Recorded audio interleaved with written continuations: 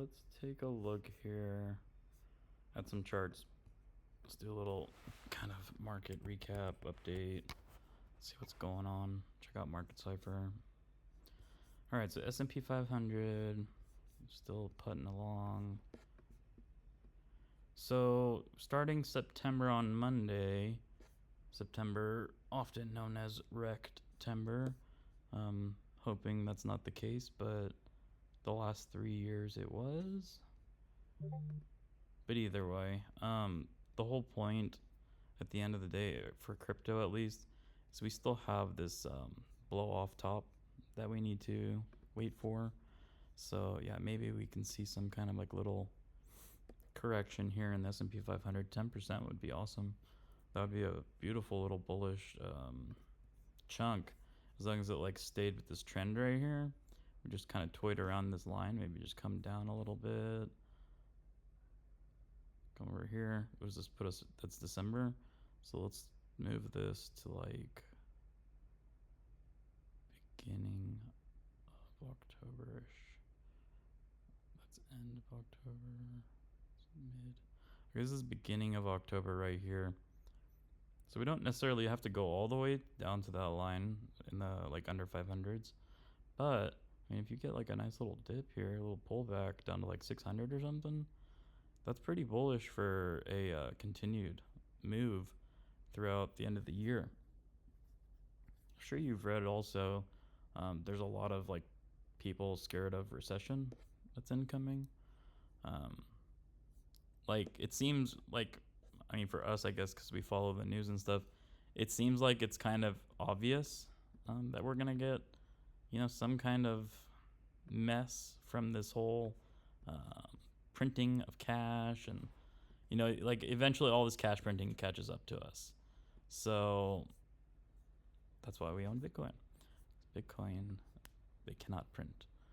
So yeah, this has been an insane move here. So this move started at the end of the bear market, December 2022, and we've made an insane run.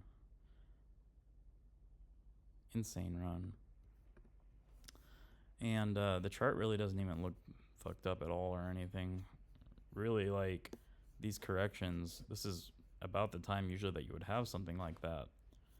But man, there's just so much money like buying, like the inflows for BlackRock on Friday and for Thursday. I mean, Friday they'll report on Monday, but on Thursday BlackRock had like, fuck, it was insane. They like billions. It was like a couple $1 billion of trading volume, or it was inflows. I'm talking about just straight up inflows. They had like 1.3 billion of inflows or something that day. It was like a huge number. It's generally going to be a couple hundred mil, 100 mil to 500 mil, somewhere around there. But on Thursday, they reported like almost double. So they're buying these dips, and it could be why we're seeing the dips just not so like gnarly anymore. This whole time right here, from this area right here, moving up. So this was October 2024. Okay, so like this is kind of when, if I'm not mistaken, because the Bitcoin ETFs, they've been approved for like, I want to say since the beginning of 2024. Yeah. Okay. Yeah, here it is. So okay, so this move you see here, this move that was from like 40,000 that went up to about 70, dude, that was the anticipation of everyone thinking that the ETF would get approved, right? Then it does get approved, right? Then we just kind of chopped, dumped from 70 to 53, pumped it up, dumped again. BlackRock reloads heavy, reload again heavy, and then this is kind of where we're at. So like anytime, and you have more treasuries and more ETFs being announced every single day. Every single day you have new treasuries and ETFs. And if you look here, like every time we dip, we kind of usually dip to the previous all-time high, right? Then we go over here. We go to the top here. We put it at the bottom. And it looks kind of like where have our support is the previous all-time high, which was exactly where we are, about 108, 107, 108,000. So, I mean, if we could hold this support right here, man, like we can hold the line. Sellers are exhausted. Like you can see it on chain, like short positions. If they take, so if the market makers take the price even to 120,000, they'll be the largest short, Bitcoin short liquidation cascade to ever happen. Like there is an insane amount of money to be taken from here to 120. So like if we're talking about like, okay, I'm a market maker, I'm gonna think like a market maker. How am I gonna make the most money now right now? Okay. This is how they've been thinking since here, okay? How do we make the most money right now? They can see all the shorts, they can see everyone's positioned. Let's bring the price down. Let's dump some of these leverage longs, liquidate them sideways, and then we make a move. If the S&P corrects, let's say that it corrects over the next 2 weeks into September, that gives us like about 2 weeks from now to kind of just bullshit, like kind of like maybe even like that, like double bottom kind of thing, and then just maybe start to make the next move and then up, right? So like maybe start to make a move either at the end of September. Sorry, at the start to make a move at the end of September,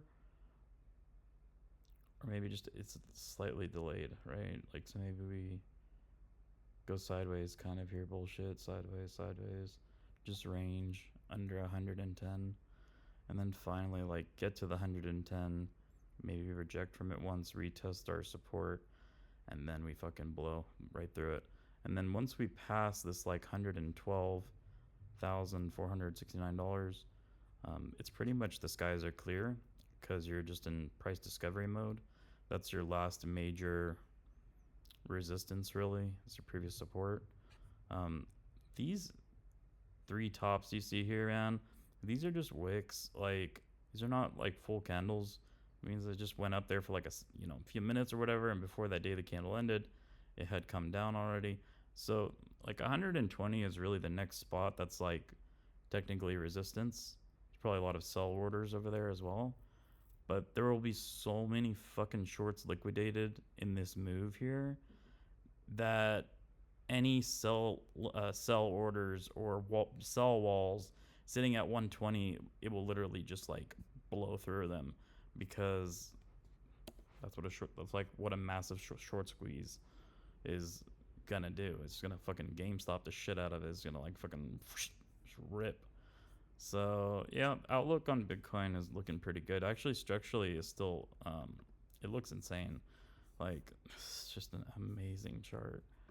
Like if you just look at it, when you just zoom out, like man, like people tell me when they're anxious and stuff in the markets and all this kind of this and that.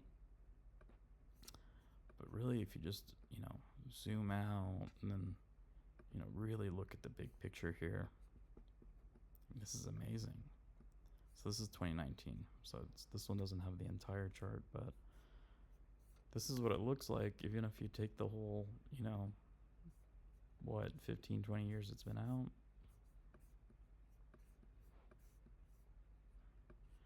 Look, 2012, just the same old shit. But the moves now are so much smaller. As you can see, these corrections are so much smaller because I think you just have, it's the higher market cap. The market cap is insane. It's over 2 trillion. But also it's just like you have so many buyers ready for like any kind of correction because you have a finite amount of Bitcoin, right? You have to assume that 4 or 5 million Bitcoin are lost, never to be recovered again. So we're talking about maybe 15,000 Bitcoin. Maybe it's probably less, but let's call it 16,000, and it's for sure less than that are actually available like on the market. And then think about the number of people that are just never going to sell because that's their money. Bitcoin is their dollar. They trust Bitcoin more than the dollar.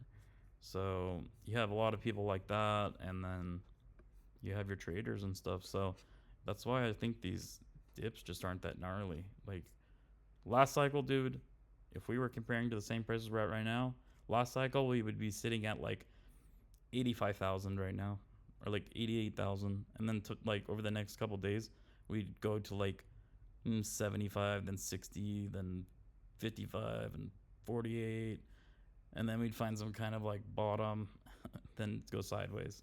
But yeah, man, there's just not enough Bitcoin for these players to manipulate that hard.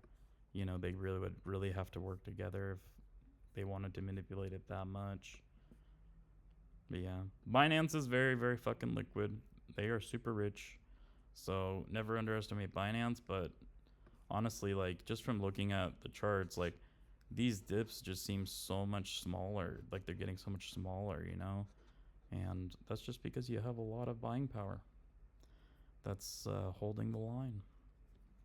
Anyway, bro, hope you're doing good. I miss you, and yeah, I'll let you know before I leave. I'm been asked to start on October 29th, which is a Monday. So sorry, September 29th. I apologize. The end of this month. So I'm trying to get everything in order so I can just go out there and start. But yeah, I'm definitely gonna make it happen. The day they tell me to start, I'll be there. But yeah, bro, take care. Peace, man.